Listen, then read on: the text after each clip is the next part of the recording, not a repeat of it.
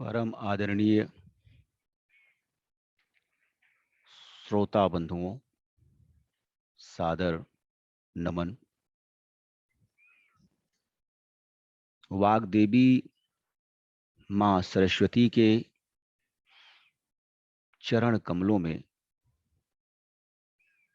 अपना शीश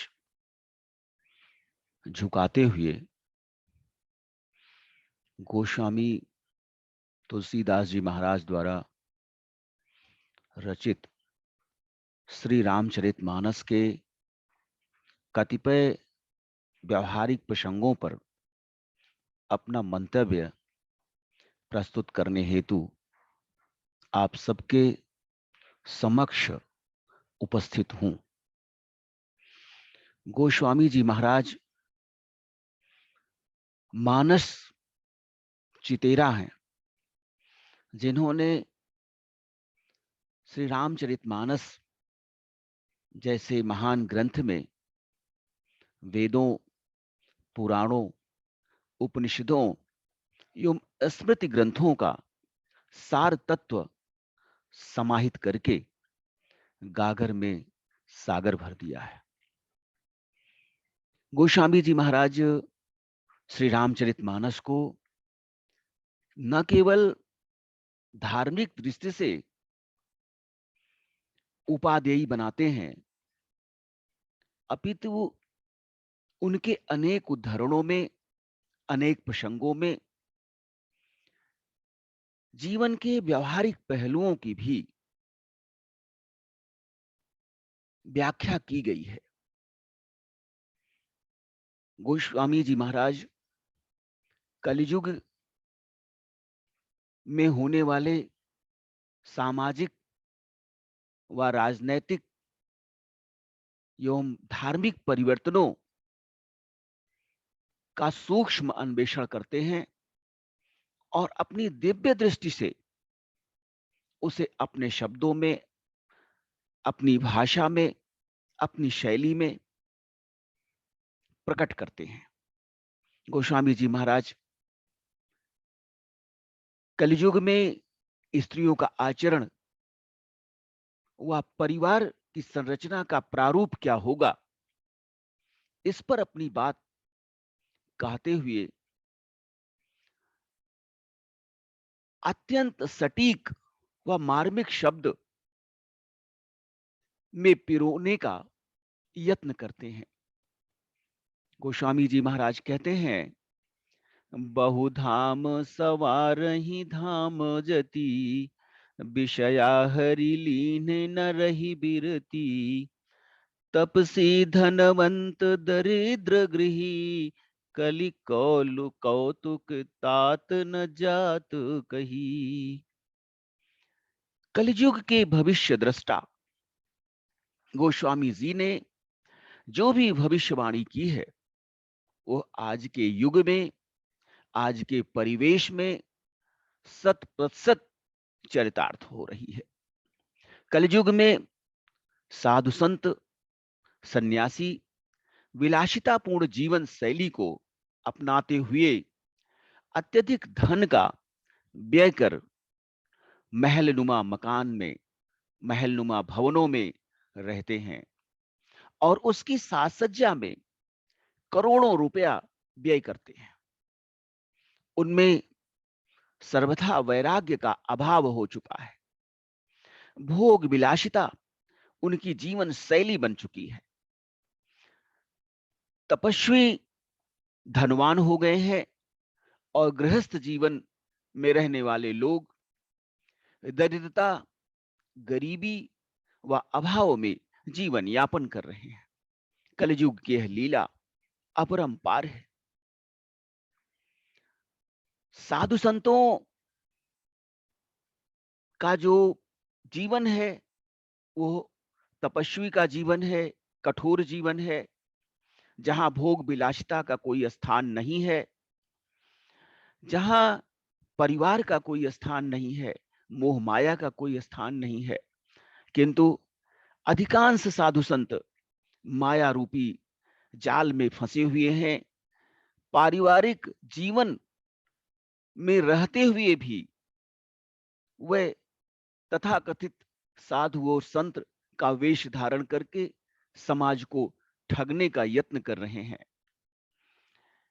कलयुग में पारिवारिक संरचना भी विचित्र हो गई है, जहां परिवार मोह माया ममता स्नेह और प्रेम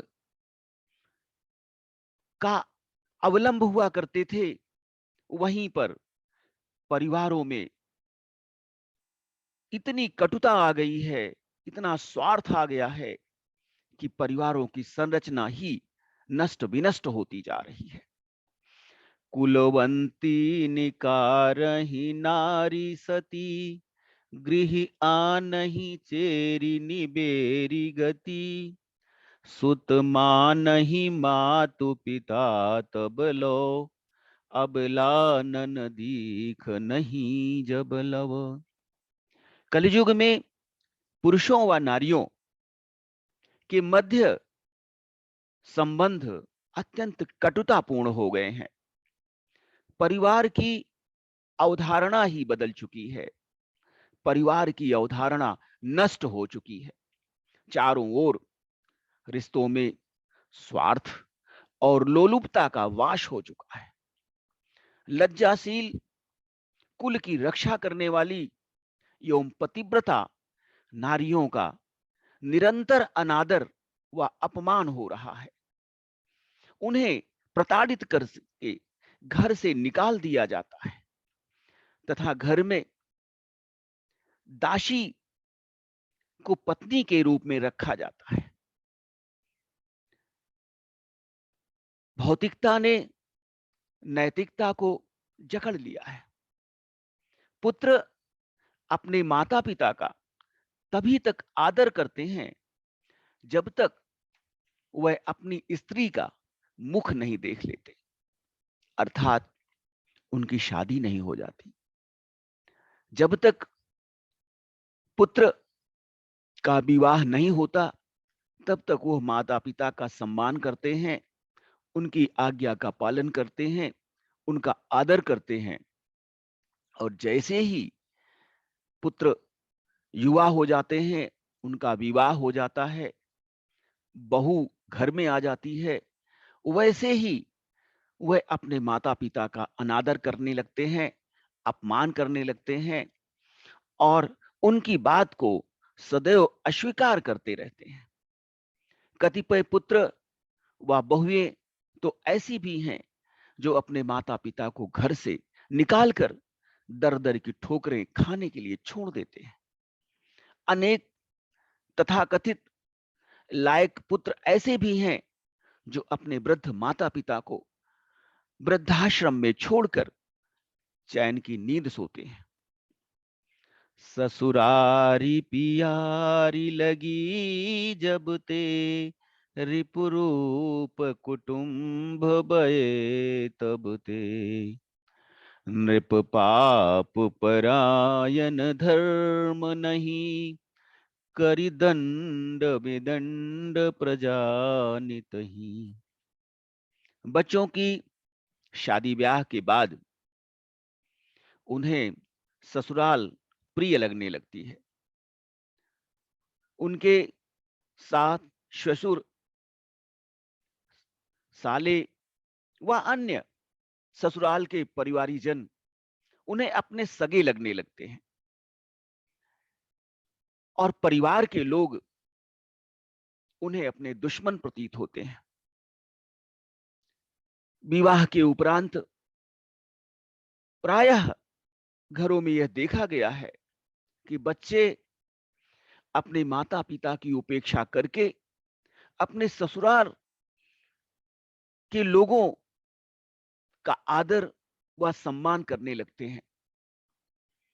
ससुराल पक्ष का सम्मान करना वर्जित नहीं है, बुरा नहीं है, किंतु अपने परिवार का, अपने माता पिता का, अपने भाई का, अपनी बहनों का व अन्य पारिवारिक रिश्तों का भी तिरस्कार करना उचित नहीं होता है।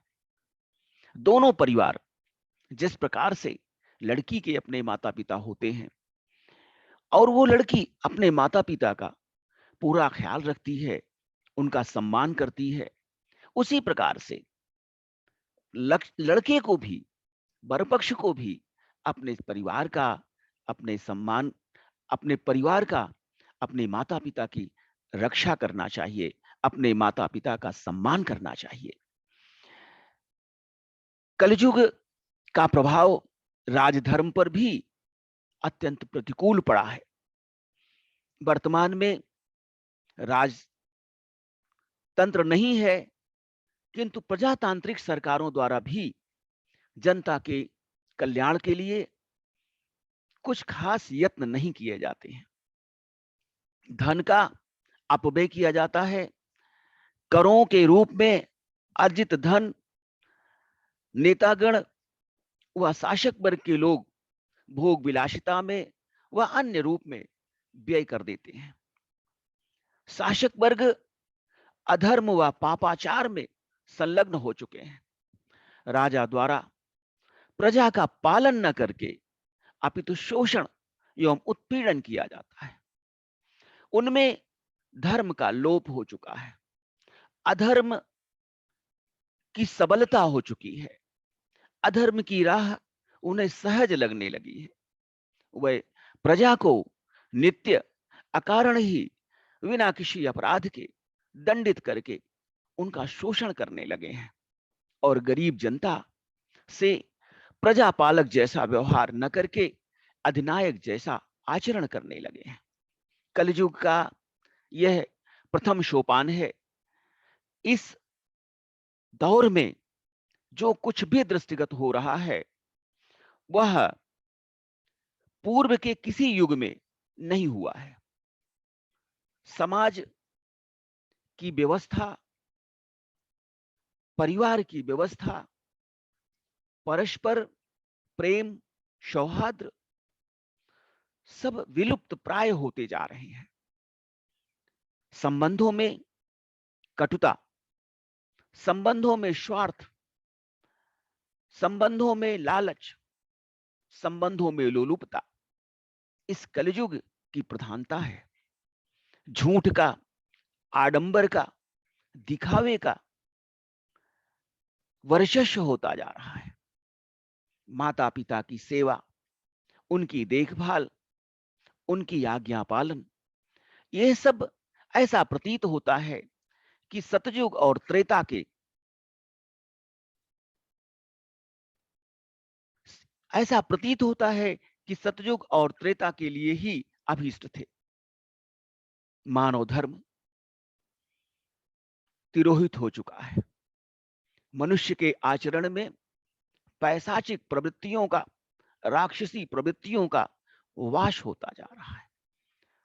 हम दिनों दिन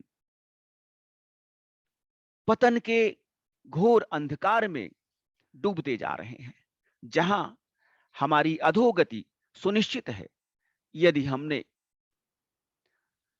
अपने सामाजिक व वैयक्तिक जीवन में धर्म का तिरस्कार किया, धर्म की अवमानना की, धर्म की उपेक्षा की, तो निश्चय ही हमें आने वाले दिनों में घोर कष्ट का भाजन होना पड़ेगा। यह कलियुग केवल धर्म के बल पर, धर्म के संबल पर ही चलायमान रह सकता है और कलियुग जैसा कोई अन्य युग भी नहीं है जहां सहज ही ईश्वर की प्रति निष्ठा रखते हुए, ईश्वर के प्रति आस्था रखते हुए यदि लोग अपने मानव धर्म का पालन करें तो निश्चय ही उन्हें उन्हें अनेक विपदाओं से अवमुक्ति प्राप्त हो सकती है।